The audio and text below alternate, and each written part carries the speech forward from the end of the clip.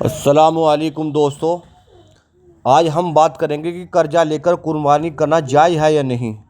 جی ہاں دوستو، مولانا جرجیز کی آواز میں بیان کو سنیے۔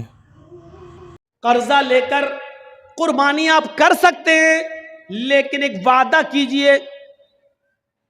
قرضہ جس آدمی سے لے رہے ہیں اس سے وعدہ کیجئے کہ 1 مہینے میں آپ کا قرضہ دے دوں گا، آپ مجھے 12,000 15,000 روپے بطور قرض دے دیجئے تاکہ ہمیں خصی لے لیں اور قربانی کر دیں۔ قرضہ لے کر قربانی کی جا سکتی ہے، لیکن اگر آپ کو یہ اندیشہ ہو کہ ہم اس کا قرضہ ادا نہیں کر پائیں گے تو پھر قرضہ لے کر قربانی کرنا بھی آپ کے لیے جائز نہیں ہے۔ اگر آپ کو یقین ہے کہ قرضہ ہم دے سکتے ہیں تو 1 مہینہ 2 مہینے کی اجازت لے کر قرضہ لے سکتے ہیں، لیکن قرضہ لے کر حج کرنے نہیں جا سکتے، کیونکہ قرضدار پر حج ہے ہی نہیں۔ قرضدار پر حج نہیں، حج تو اس پر فرض ہے جو صاحب استطاعت ہو۔ من استطاع الیہ سبیلا، جو ان استطاع الیہ سبیلا، اگر تم وہاں تک جانے کی طاقت رکھتے ہو تو حج کرو، حج کرو۔ اگر وہاں تک جانے کی طاقت نہیں ہے، استطاعت نہیں ہے، تو آپ حج نہ کریں۔ آئیے اس معاملے کو سمجھنے کی کوشش کیجئے۔ حقوق اللہ معاف کر سکتا اپنا حق، لیکن بندے کا حق معاف نہیں کرے گا۔ اگر کسی نے کسی سے قرض لیا ہے تو پہلی فرصت میں قرض ادا کر دے۔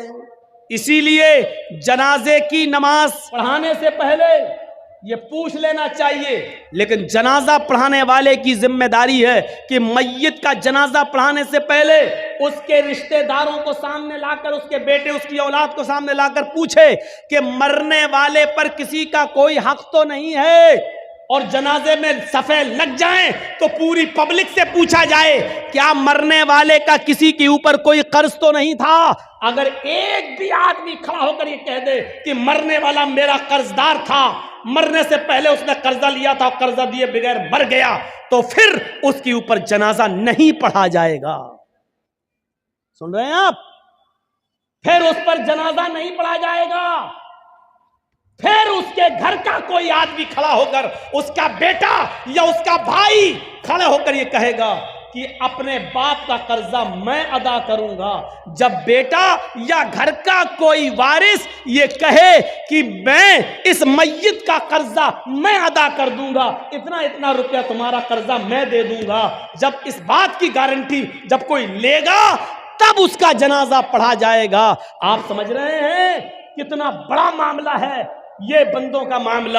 ایک آدمی مر گیا، دنیا سے چلا گیا، اس کے ساتھ اس کی نیکیوں کا دروازہ بھی بند ہو گیا، لیکن اس کے باوجود میرے بھائیو اس کا جنازہ پڑھانے سے پہلے پوچھا جائے گا کیا اس کے اوپر کسی کا قرض تو نہیں تھا، کوئی معاملہ تو نہیں تھا، اور اگر نکل گیا تو اس کا جنازہ نہیں پڑھایا جائے گا جب تک کہ اس کے رشتہ دار یہ نہ کہیں کہ اس کا قرضہ یا اس کا معاملہ میں ادا کر دوں گا۔ میرے پیارے ساتھیو، ذرا تصور کیجیے، نبی اکرم صلی اللہ علیہ وسلم کا آخری وقت ہے، اس دنیا سے جانے والے ہیں، انتقال میں 2 یا 3 دن باقی رہ جاتے ہیں۔ آپ فرماتے ہیں لوگوں اگر میرا کسی کے اوپر کوئی قرض ہو تو وہ آج لے لے، قیامت کے دن میں نہیں دے سکتا۔ انتقال سے 2-3 دن پہلے لوگوں اگر میرے اوپر کسی کا قرض ہو تو وہ 2-3 وہ مجھ سے لے لے۔ ایک صحابی اٹھتے ہیں اور کہتے ہیں کہ اللہ کے نبی میرے 3 درہم ہیں آپ کے پاس۔ اللہ کے نبی صلی اللہ علیہ وسلم نے ایک صحابی کو حکم دیا کہ 3 درہم اس کے ادا کر دیے جائیں۔ اس صحابی نے اسی وقت ان کے 3 درہم دے دیے۔ آپ نے فرمایا لوگوں جب میری روح قبض عنصری سے پرواز ہو جائے، جب میرا انتقال ہو جائے تو میری نماز جنازہ سے پہلے پوچھ لینا کسی کا کوئی قرض تو نہیں ہے، کسی کا کوئی قرض تو نہیں ہے۔ اگر کوئی ملتا ہے تو اس کا قرض ادا کر دیا جائے، اس کے بعد میرا جنازہ پڑھایا جائے اور پھر مجھے قبرستان میں دفن کر دیا جائے۔ مجھے غور کیجئے میرے بھائیو، یہ وہ ہستی کہہ رہی ہے جس کے لیے ہم مقام محمود کی دعا کرتے ہیں ہر نماز کے، ہر اذان کے بعد، اور اس کا حال یہ ہوا کہ اللہ کے نبی صلی اللہ علیہ وسلم کا جب انتقال ہوا تو پوچھا گیا کوئی قرض تو نہیں تھا؟ جواب کہیں سے نہیں ملا۔ سب سے پہلے ابو بکر صدیق نے آپ کی نماز جنازہ پڑھی، پھر عمر فاروق نے نماز جنازہ پڑھی، پھر عثمان غنی نے نماز جنازہ پڑھی، پھر حضرت علی نے پڑھی۔ مسئلہ یاد رکھنا، اللہ کے رسول کی نماز جنازہ جماعت کے ساتھ نہیں ہوئی، اللہ کے نبی کی نماز جنازہ کسی نے نہیں پڑھائی، حجرے میں تھے، ایک ایک کر کے لوگ آتے گئے پڑھتے گئے، پہلے ابو بکر صدیق نے پڑھی، پھر عمر فاروق نے پڑھی، پھر عثمان غنی نے پڑھی، پھر حضرت علی نے پڑھی، پھر ایک ایک صحابہ بعد میں آتے گئے پڑھتے گئے، ایک ایک کر کے پڑھتے جاتے نکلتے جاتے، یہاں تک کہ بعد میں عورتوں نے بھی نماز جنازہ پڑھی اور سب سے لاسٹ میں بچوں نے نماز جنازہ پڑھی۔ اسی کو پڑھتے پڑھتے اور لوگ دیکھنے آتے تھے، اللہ کے نبی صلی اللہ علیہ وسلم کو تقریباً آج کے موجودہ ٹائم کے لحاظ سے 32 آورز انتقال کے بعد 32 گھنٹے تک آپ کو دفنایا نہیں جا سکا، 32 گھنٹے تک آپ کو دفنایا نہیں جا سکا۔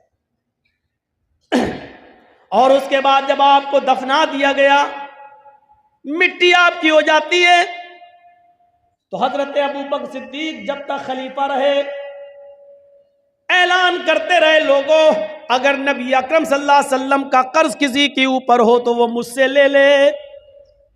لیکن ابو بکر صدیق 2 سال تک خلیفہ رہے، 2 سال تک برابر اعلان کیا لیکن کوئی نہیں آیا۔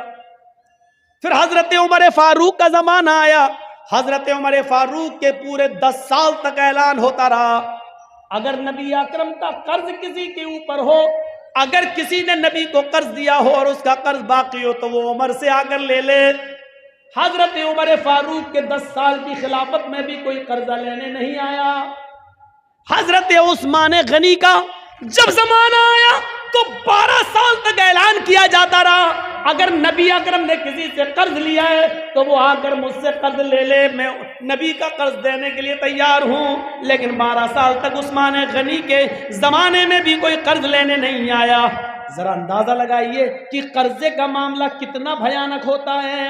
اللہ کے نبی صلی اللہ علیہ وسلم اپنے انتقال سے پہلے خود اعلان کر رہے ہیں، اگر کسی کا قرض میرے اوپر ہے تو لے لے۔ ایک اٹھتے ہیں اور کہتے ہیں کہ میرے 3 درہم آپ نے دلوا دیے، پھر کوئی نہیں ملا۔ ابو بکر صدیق نے 2 سال تک اعلان کیا لیکن کوئی نہیں ملا، عمر فاروق نے 10 سال تک اعلان کیا لیکن کوئی نہیں ملا، عثمان غنی بھی کہتے رہے کہ نبی کا قرض کسی کے اوپر ہو تو مجھ سے لے لے، لیکن 12 سال تک کسی نے کوئی قرض نہیں مانگا۔ غور کرو کہ قرض کا معاملہ کتنا بھیانک ہوتا ہے، کیونکہ قرض دار آدمی کی روح لٹکتی رہتی ہے زمین و آسمان کے بیچ میں۔ میرے پیارے ساتھیوں، جب تک اس کا قرض ادا نہ کر دیا جائے، میرے بھائیوں، یہ معاملہ بڑا عجیب و غریب رہتا ہے۔ آئیے اس معاملے کو سمجھنے کی کوشش کیجئے۔ حقوق اللہ، اللہ معاف کر سکتا اپنا حق، لیکن بندے کا حق معاف نہیں کرے گا۔ اگر کسی نے کسی سے قرض لیا ہے تو پہلی فرصت میں قرض ادا کر دے، پہلی فرصت میں قرض ادا کر دے، کیونکہ نمازیں بیکار ہو جاتی ہیں، روزے بیکار ہو جاتے ہیں، حج بیکار ہو جاتا ہے، حج۔ اسی لیے فرمایا کہ قرضہ لے کر حج جیسی عبادت بھی آپ کرنے نہیں جا سکتے۔